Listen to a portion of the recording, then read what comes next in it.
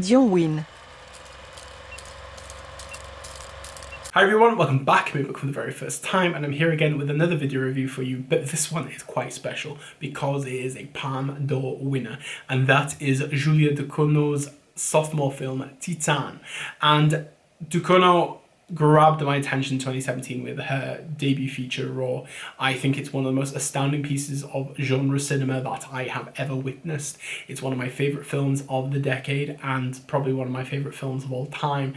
And it's one of those kind of films that just stuck with me. And I think that sense of genre cinema combined with discussing modern issues is just so compelling. And once I found out Titane was her next film, didn't know much about it, it's been on my watch list on Letterboxd for a few years now, I was just so game. And obviously the win at Cannes just took the excitement to another level.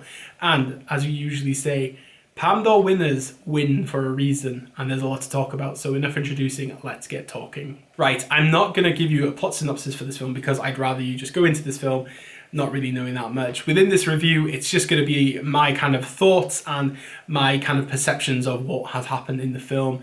This is going to be as spoiler-free as possible, but everybody's kind of interpretation of a spoiler is different. If you don't want to know nothing, come back to this review after you have seen the film. If you want to carry on, then carry on. But honestly, this is a feverish alloy fable that is astoundingly unhinged. It courses through the veins of what genre cinema is, but Ducournau takes it even further and makes it her own. I think if you watch any interview or read any interview with Ducournau, she is a massive fan of horror. She's a massive fan of genre cinema. She dictates a lot, saying that Cronenberg, Tsukamoto, they are massive influences on her work. You see films like Cannibal Holocaust always in her collections, and this is the thing, you can sense her passion for this genre and for what body horror is, but also you can just sense this fresh take that she has, because we had it with Raw, we had it looking at sexuality and this coming of age narrative, but with Titane it's more about gender fluidity and understanding who you are as a sexual being and the sense of what broken people are.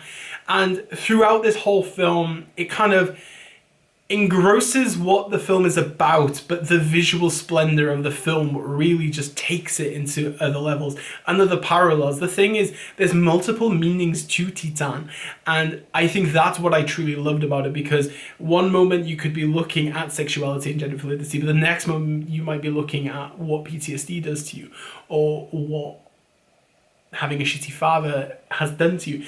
All these kind of elements combine to each other, and you think to yourself, wow, Ducournau has made this kind of massive universe, but within such a small time frame. But this is a clusterfuck of menacing imagery that really attacks your mind and it attacks your senses, because it's beautiful to look at. It is canvas with such clean photography, with this kind of neon drenched shadowing that really just takes it into the realms of genre cinema. But you feel so comfortable with what Ducournau is doing with the film. It really encapsulates everything that the filmmaker works for and what she strives to make. And it's just a beautiful piece of film. But this sense of broken people is what really grabbed my attention through parts of the film, because we have Agathe Roussel, who plays Alexia, and Vincent Landon, who plays Vincent also. And within this film, you kind of see these two people trying to deal with something and trying to kind of become part of the world again and trusting people.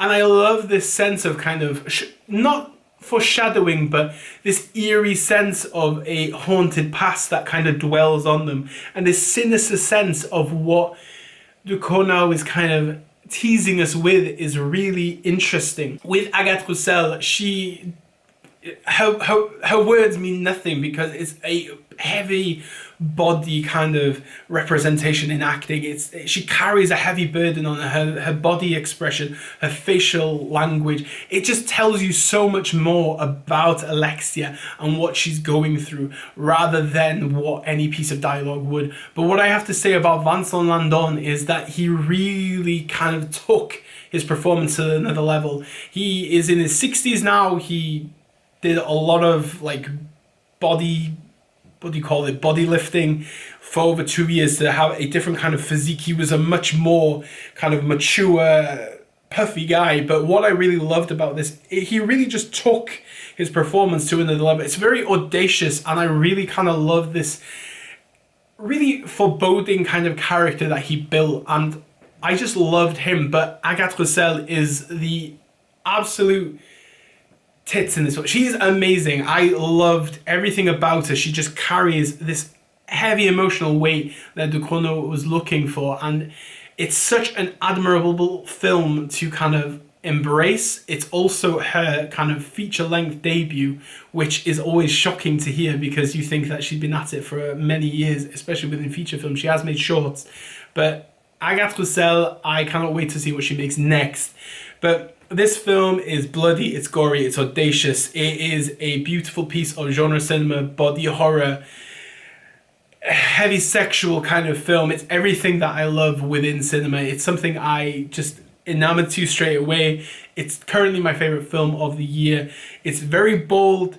It's a love or hate film, and Titane will be a film that will divide audiences, and I cannot wait for the discourse and further discussions to come from this release. Right then, that was my review for Titane. I hope you enjoyed it. Let me know in the comments section below if you have seen it and what you thought of it.